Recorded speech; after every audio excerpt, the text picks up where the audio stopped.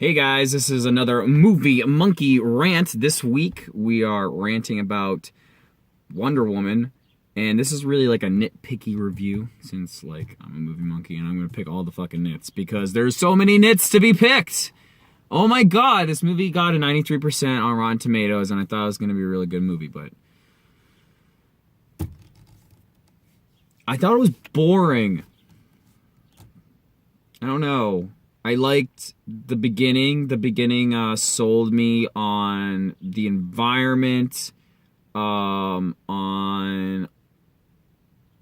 where they were, why they were there, what was going on in a way that felt really natural to be learning about the environment through the eyes of Diana, who is your, like, that check-in point in the movie. Like, she's the main character and she's guiding us through this village as a small child into adulthood, and I did enjoy it. And I saw this movie with my mom and she said that she would have enjoyed more of that, and I'm here to agree with that. I would have enjoyed a little bit more detail about how she was learning. I mean, she comes out learning like 150 languages. Like, I would have liked to have known the duration of her existence, I guess. Like, how long was she a little girl into becoming a woman? Because they were on this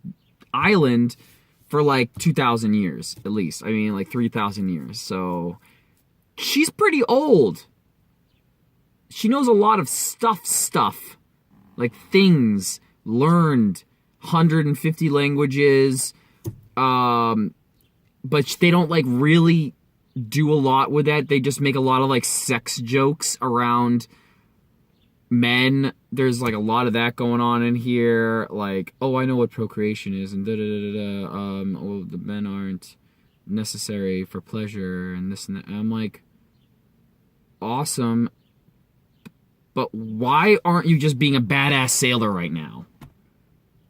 They're on a boat. Okay.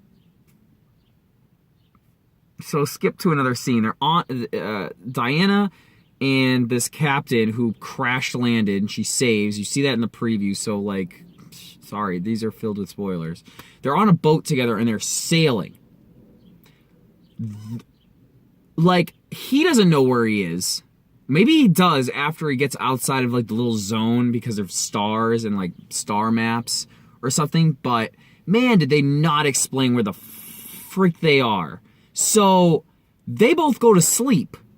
And there's like this, why isn't she being an awesome sailor? Or like, you know, getting out like figuring out where they are. That would have been cool. Like, she would have been like, oh, we're here. This longitude, latitude line. Bam, that's where we are. And he would have been like, how do you know that?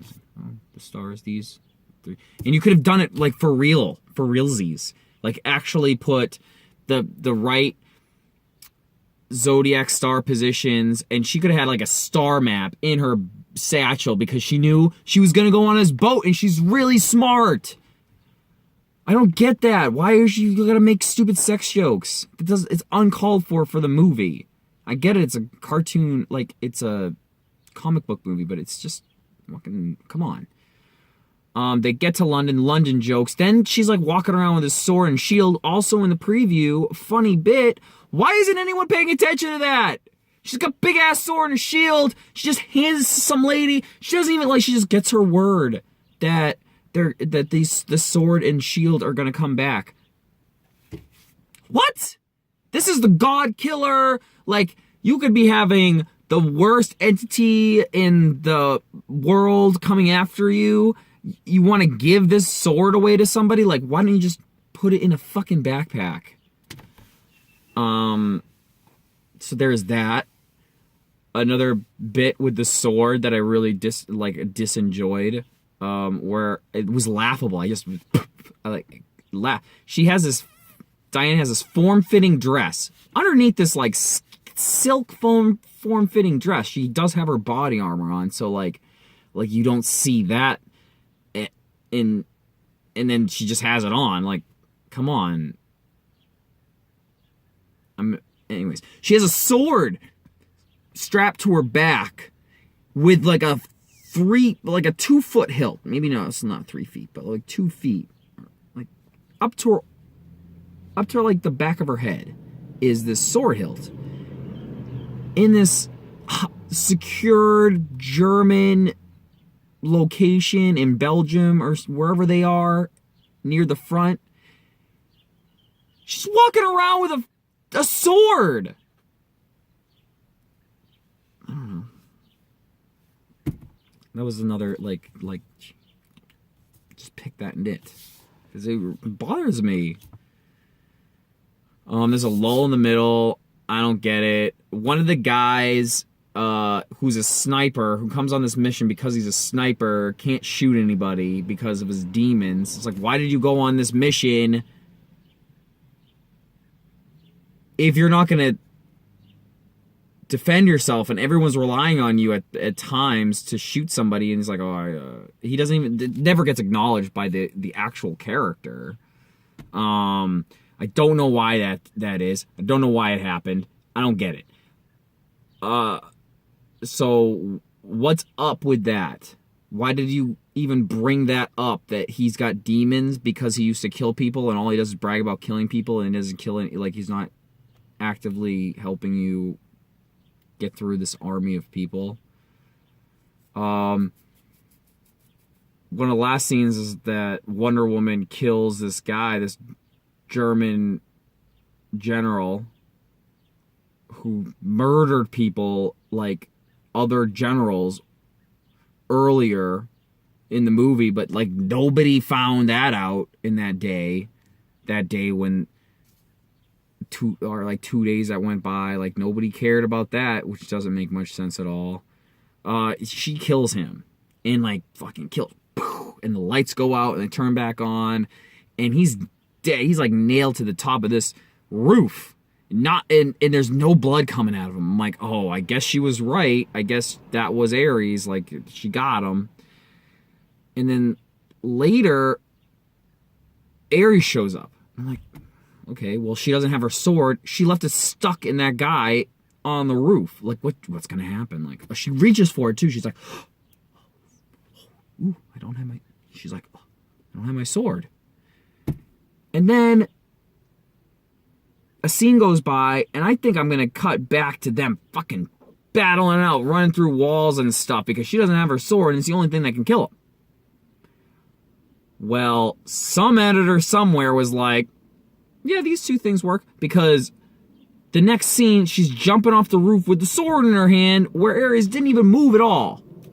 So Ares just let her get up there, remove the sword, and jump down. I would have actually much rather, if that was going to be the case, much rather have seen Ares' expression. When she reaches for his sword, he like smiles maniacally like, I got you with or without the sword. I don't care. Like, you're nothing compared to me. Look. Then she comes back down with the sword and goes to attack him. Because that may have made some sense because the character would have let her do that. But I don't understand what happened. I guess I have to assume that that's what happened because it's the best case scenario for this movie, in my opinion, of why he would let her do that. And maybe that's the case. Like, maybe everyone's supposed to make up something different because it was made no freaking sense in the world, and they couldn't make a decision. So somebody's like, why don't we just show it off screen? Like, let it happen off screen. Everybody's like, oh, very nice, very nice. Good job, guys. We almost had a really bad situation here, but we're just going to let it go. Everybody, let's see, high five. There's that. My favorite scene in the movie, I'll give you that, where the captain, the hero, lover, flying into the air, and he has this look like he's kind of scared because he's going to sacrifice himself right now. He's going to shoot these canisters, blow them up because they made them with hydrogen, idiots. I don't know, whatever. And it's flammable. So he's flying off this plane, and he's looking terrified. And then he seals his resolve. And he looks, and he's like, this is the right thing to do. This is what I get to do. And he turns back and blows up. Awesome scene.